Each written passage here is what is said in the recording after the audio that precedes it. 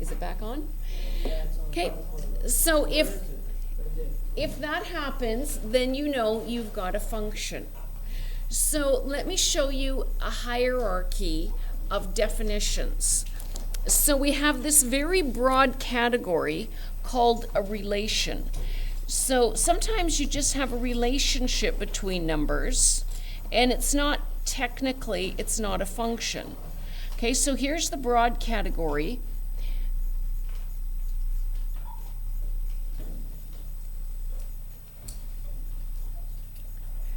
When you just have a relationship. And then we have this very specific part of a relation. So a function is a relation, it's just a specific type of relation. What kind of a relation is it? Well, it means that for every x value in the domain, there is one and only one y value in the range. I put an x in and I get one answer, not two answers. Okay, and then we have a really particular, more specific category, and that is a one-to-one function. Notice that in this Venn diagram, a one-to-one is a function. It's part of the function category, which is part of the relation category. So we start with a broad category, and we get a little bit more specific. What kind of a relation? Well, actually the relation is a function. And then we get very specific.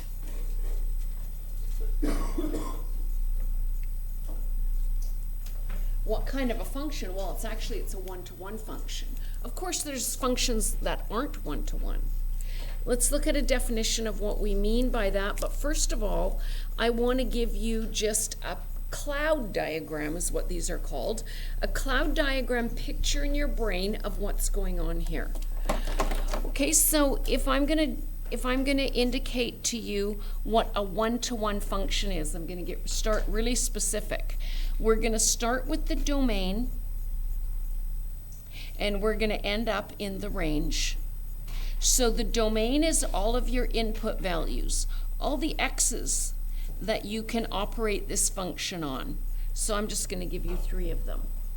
So when I operate this function, it's going to take an x value in the domain over, so here's the function, it takes an x value in the domain over to a y value in the range. And if it's one-to-one, one x value gives me one and only one y value. So when you see a diagram like that, you've got a one-to-one function. I'll give you an example of a one-to-one function. Something like, from your catalog of basic functions, y is equal to x cubed. It looks like this. I put a specific x value in, I get only one y value out. So if x is 8 cubed. If x is 2, 2 cubed is 8. If x is negative 2, negative 2 cubed is negative 8. So my answer will be unique. If I have a function that's not one-to-one, so here's an example of what happens when you have a function that is not one-to-one. Then you've got a y value in your, x values in your domain going over to y values in your range. So let's give us a few x values here in the domain and some y values in the range. And when you have a function, there's a unique answer to x, but you might get that answer more than once. Okay, so this is a function because this x value gives me only one answer. This x value put into the function gives me only one answer. This one, I only get one answer. However, this isn't one-to-one because I ended up with 2 questions that gave me the same answer. Here's an example of a function that is not one-to-one. Y is equal to x squared. It's a function. It's just not a one-to-one function, and we all know what the graph of that looks like. Looks like that. So I could put in x is 2 and I get the answer 4, but if I put in x is negative 2, I also get the answer 4. Okay, so a function is just not a one-to-one function. Last example, this is just broad category. It's just a relationship, it's not a function.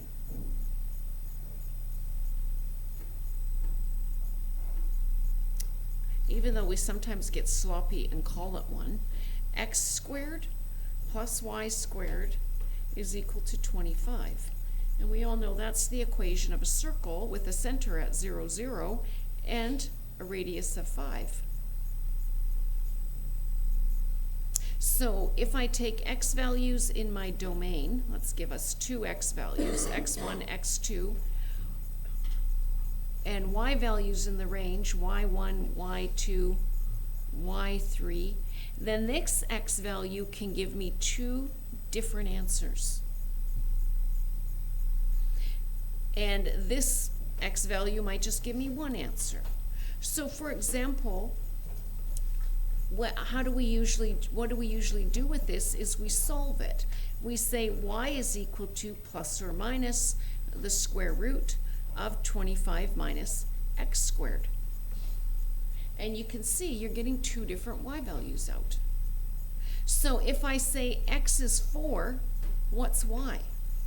25, subtract 16, 9, square root of 9, 3. If x is 4, y could be plus 3 or minus 3. So I put one x value in, I get two different y values out. Not a function, but it is a relation. There's a relationship between x and y that gives us a circle. Okay, so it's easy to tell if a function is just a relation, a function, or very specifically a one-to-one function by looking at the graph. So when you look at the graph, if you want this to be a function, it has to pass a vertical line test. And I know you've learned this in previous courses. A vertical line test means you take a vertical line and you run it across the function, and if it touches it at one point and only one point all the time, it's a function. So there's a function, passes a vertical line test. There's a function, passes a vertical line test. Not a function, I'm touching it more than once. Okay, so vertical line test, an equation defines y as a function of x, and this IFF stands for if and only if. It's a logic a phrase. If and only if, it means you can argue it both directions. Every vertical line in the coordinate plane intersects the graph of the equation only once. Okay, so if and only if means if it's a function, it'll pass a vertical line test. The other way around, if it passes a vertical line test, then it's a function. The argument goes both ways. Okay, here's something that might be new to you. A horizontal line test. So when you have a one-to-one function, it will pass a horizontal line test, meaning that a horizontal line coming across will touch it only once and only once. So x cubed, you can see, is passing the horizontal line test. X squared, fails. Okay, so x cubed is one-to-one, x squared is not. And the circle, well, we're not even going to talk about whether or not it's one-to-one because it's not a function anyway. Okay, so we're going to do some algebra to work with these. There's a reason why we like one-to-one functions, and the reason is it's easy to take the inverse of them. So could you just fix my notes up here and erase that? So I just want to give you a sample of what is an inverse. Okay, so this vertical line test, this is how you test for a function. Horizontal line test, this is how you test if a function is one-to-one. Okay, so why do we want an inverse, a one-to-one function? This is why. To take the inverse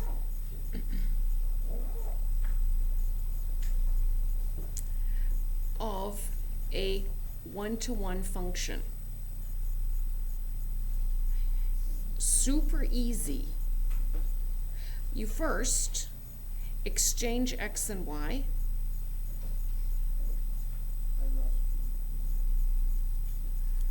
Thank you. That is, in your notation, you're going to see this. X becomes y, and the arrow goes both ways. Y becomes x.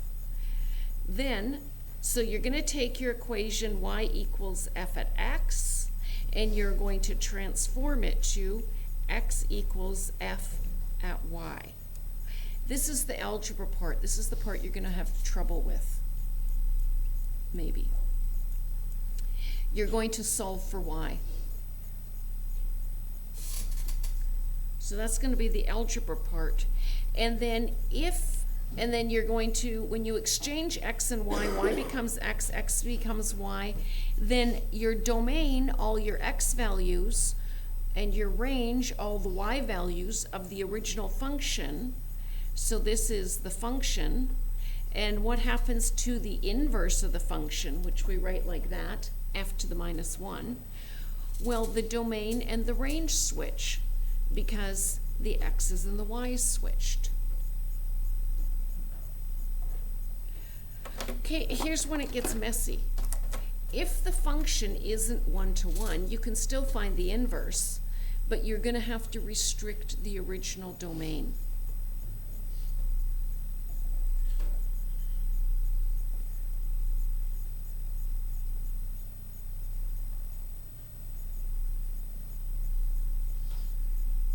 Then you've got number 3, restrict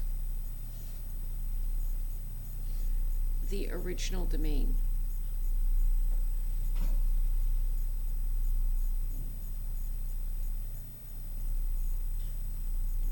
Okay, I'm going to show you some stuff on the board. I won't record this just to help you picture it. Okay.